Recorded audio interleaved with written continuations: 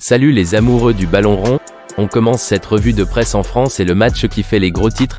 Ce matin, c'est évidemment la défaite du Paris Saint-Germain contre le Milan AC hier soir 2-1 et c'est le deuxième revers du club parisien dans cette phase de poule de la Ligue des Champions. Ce matin, le journal L'Équipe s'amuse et placarde avec à Paris. Après la sévère défaite à Newcastle, le PSG a suivi un nouveau revers en déplacement et cède la première place du groupe Dortmund. Les deux derniers matchs s'annoncent compliqués. C'est d'ailleurs toute la presse française qui est assez sévère avec le club parisien. Dans ses pages intérieures, le journal Le Parisien estime que quand Paris est loin du parc, il est loin de tout. Le club de la capitale s'est une nouvelle fois incliné à l'extérieur en Ligue des Champions. Il doit désormais remporter ses deux derniers matchs pour atteindre les huitièmes de finale de la compétition. Il va falloir cravacher pour voir les huitièmes de finale de la compétition. Le son de cloche est totalement différent puisque la presse locale se régale de la belle victoire des Rossoneri chez eux. À San Siro, les hommes de Pioli se sont vengés après la claque reçue au Parc des Princes.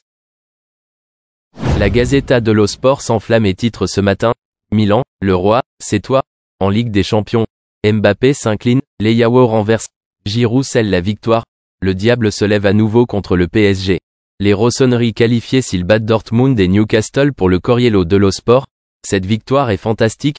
En Ligue des Champions, les Rossoneri gagnent 2-1 et se relancent dans la course aux huitièmes de finale. Le plus beau Milan. Leao et Giroud réduisent le PSG au silence. Pioli se hisse à la troisième place, à moins 2 points du Borussia qui est premier. Tuttosport aussi accorde sa couverture sur cette victoire retentissant et un super Giroud renverse le PSG et sauve Pioli.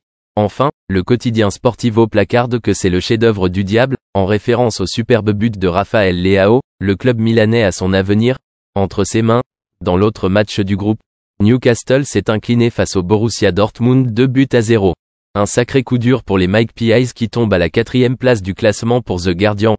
Newcastle est battu et meurtri. Fatigué, Newcastle doit faire face à la fin prématurée de l'aventure européenne.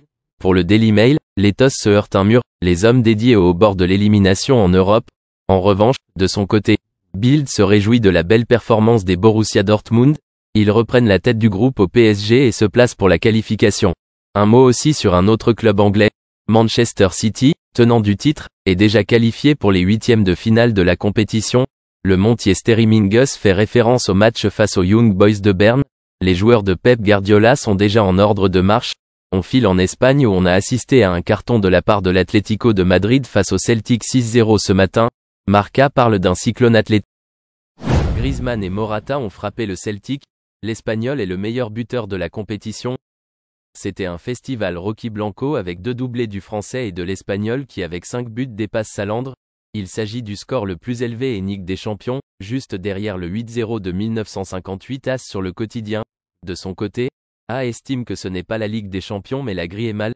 Le Français a marqué 2 buts et a participé à un autre contre une équipe du Celtic qui a joué à 10 pendant 67 minutes. Les Roris Blanco sont déjà leaders.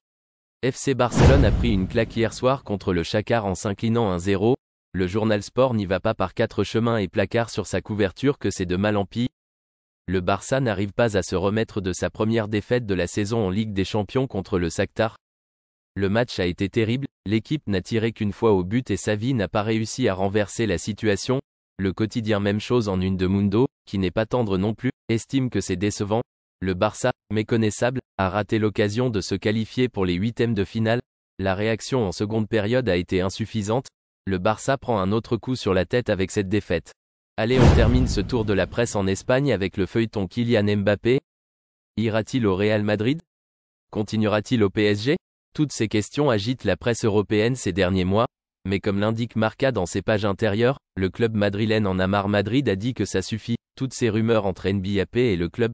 Les Meringues sont fatigués des rumeurs sur Kylian Mbappé, c'est pour cela que le club a réagi par un communiqué. Aux informations sur les revenus.